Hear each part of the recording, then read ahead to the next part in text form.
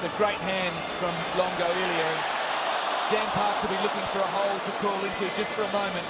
He knows the game goes on. There's 10 points in it, and Argentina have the lead. A little bit scrappy from the restart, but now the boot to Lamont.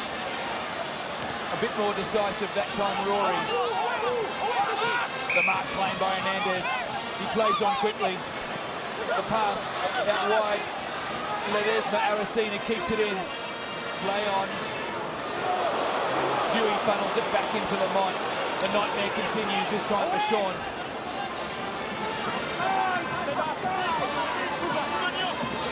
So Blair and that right boot of Parks. The try scorer back inside to Corletto. And Ignacio finds his touch. The Scots take the line out quickly. Set it up midfield. Simon Taylor crashing it forward. Blair to Parks. Out wide to Lamont. Sean takes the tackle of Little Agula. Great work, Agula.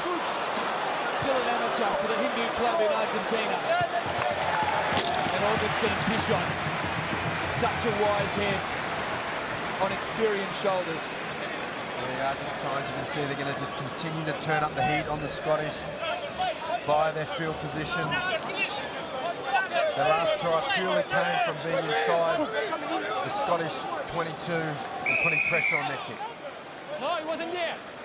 So that time the penalty against the Argentinians for pulling Jim Hamilton down in the line-out. Yeah, he was still in the air.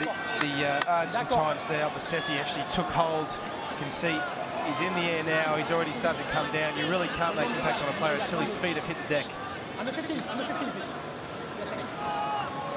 That's more a safety issue more than anything else. Seeing guys in that scenario flip straight onto their head, it can be pretty dangerous. Well, they get up so high, don't they? As you'd know, Cheney doing the lineouts last week. It's scary. It's a wonderful piece of television.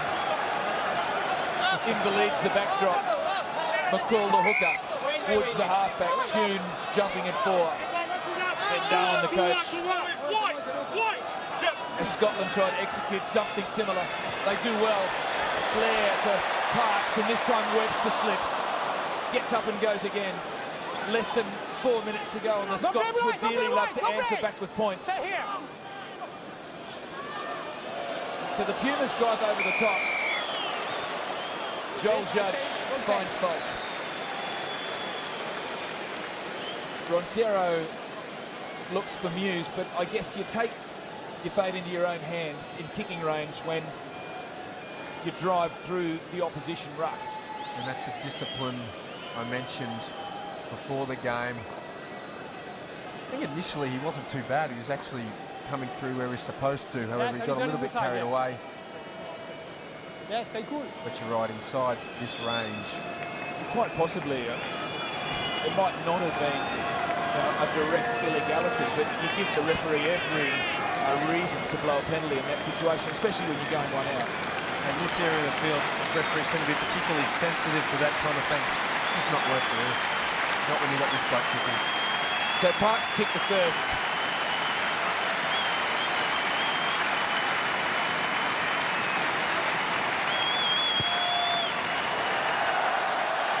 Patterson kicks the second. For Scotland, 3 + 3 = 6. They trail by a converted try in the shadows of half-time. The colour of the crowd comes to life. Well, there's still a chance, the Scottish. They've got to get their recycle back on track. They've got to defend their way back into this game.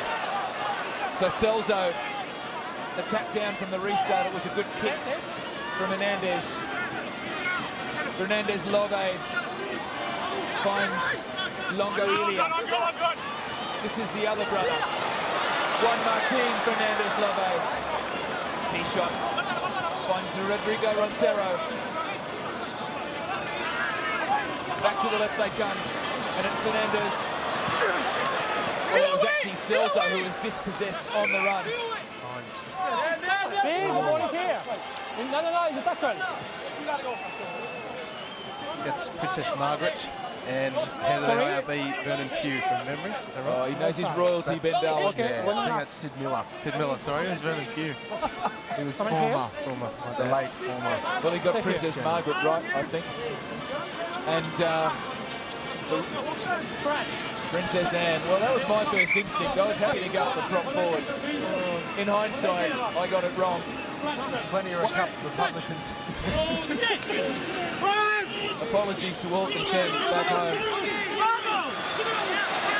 One thing we know is that they'll be very happy with England's victory yesterday against the Wallabies. Unbundling back row. And in that respect, we eat some humble pie. Joel Judge, a penalty to Scotland. Yeah, he's pinged the Argentinian back row for not staying bound. Breaking too early.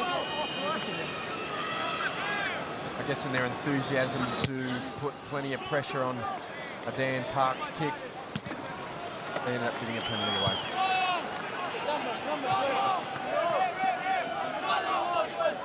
Sorry, underline. Wait. Underline. Right, underline. Ross Ford, one of many Scots out there who ply their trade at a club level for the Glasgow Warriors. Seconds remaining on the clock in this first half. A little box kick. Blair gives Lamont the opportunity to chase. Well, the Pumas infringe. And that will be it. Number one. Joel Judge has one more issue to sort out, and that's Rodrigo Roncero. Well, Nathan Hines can't get in there quick enough. Australian flavour to that fracas. And that will be half-time. At Stade de France, Argentina have it. 13-6. We'll be back in a moment with Bill Woods at the half-time analysis.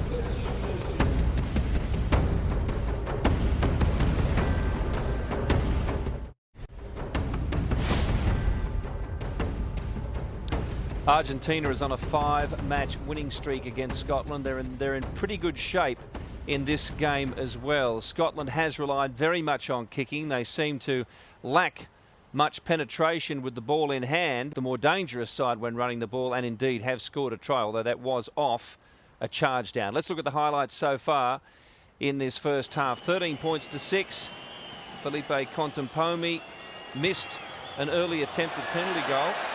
He's been a very accurate kicker. He is the second highest point scorer at this Rugby World Cup with 53. And he was named in this game despite suffering a bout of flu this week. There was some doubt about his selection. How about this for opening the scoring? Dan Parks taking the role of kicker from Chris Patterson because of the range of the attempt. And that set the kilt wearers in a frenzy. Halfway through the first half, Argentina on the counter-attack. And so far, Scotland haven't really got much of a payload from their midfield kicks. Argentina have managed to defuse most of those. There hasn't been a lot of midfield threat at all from the Scots. They're kicking mainly for position. And this is the dangerous tackle rule. And it was well explained by the commentary team. So Contempomi gets the chance to tie up the score in the 22nd minute.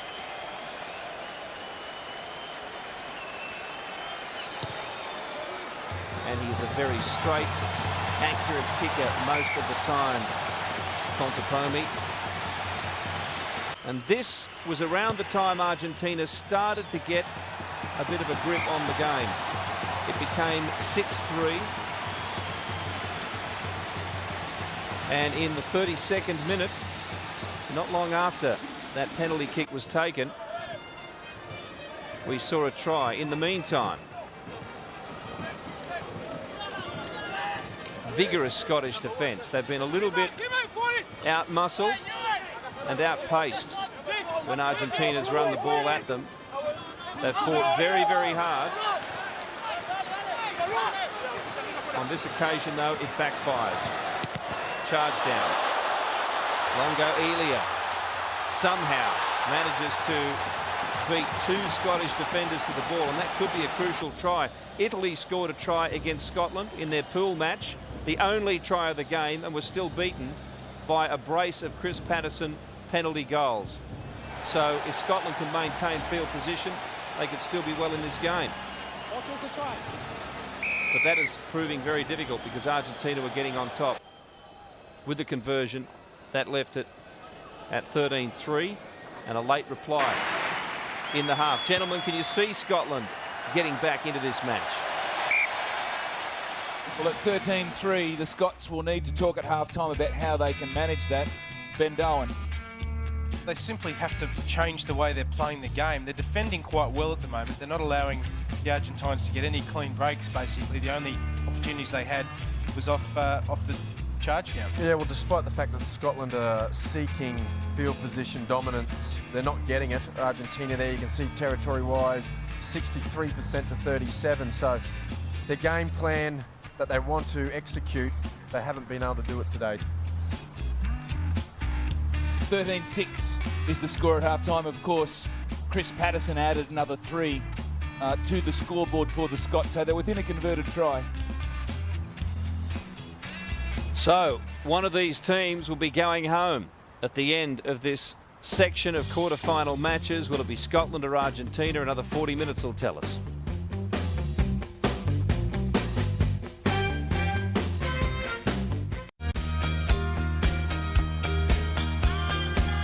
The Scots have still not missed a kick at goal in this Rugby World Cup, but one thing that they are stuck on is their quarter-final performances. Remember, they went to the semis in 1991, but since then they've not only lost all their quarter-final matches, but they've conceded 30 points or more in every one of those defeats. Argentina is almost halfway there again. So the tools in the shed that Frank Haddon was talking about need to be produced in the next 40 minutes. Rip McCall, Ben Darwin and Ben Tune with the call. That's how long there is left in the quarter-final stages of the tournament. And the question for the Scots is, where do they find a try? Because, dare I say it, I think they'll need to score a try if they want to win this match.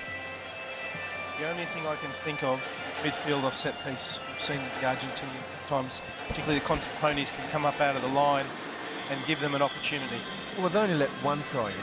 So in fairness, if they continue to defend particularly well and hold the Argentinians to that single try, as sad as it may seem, they can actually win this game through penalty goals. Well, it has been a game of one side trying to out-frustrate the other side. At the moment, Argentina are on top. Scotland didn't score a try last week against Italy. No joy in that column tonight either. So the kick to Blair, and Mike Blair, the midfield bomb, that has almost gone straight up and down on the one spot. And Joel Judge, another offside penalty. Well, this is this decision where the players in front of the kicker, the Scottish kicker, the referees now want them to actually be retreating. So not just standing their ground and waiting for the Scottish player to put them on side. The referee wants them to be actually moving backwards. It's a bit hard when the ball gets put up and down on the same That's spot. what I was thinking. I guess it comes back to the kick, and the kick from the side that was ultimately penalised. It was a bad kick from Mike Blair, and his team pays the ultimate price, because here are Argentina with the first opportunity in this half. Andrew Henderson is out there for Scotland, by the way. He knows how to score tries. He scored 3 against the Irish a few weeks leading up to this tournament. Gonzalo Longo brings it down to the blue and white of Argentina.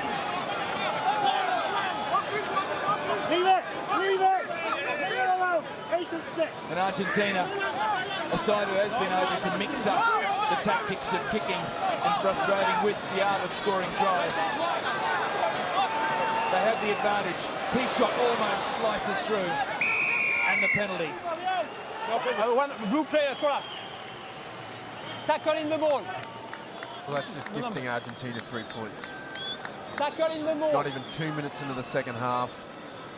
Ill discipline from the Scots. Dragging them all down. Again, the Argentines are so patient in everything they do. They just get in that red zone. They either pick and go or they maul until the Scots make a mistake. 3 more points. I guess I could understand the Scots wanting to pull that down if it was right on the try line, but it's still 20 metres out. I just don't think that type of urgency was needed. And they've been defending well, the Scots, at the point of the breakdown.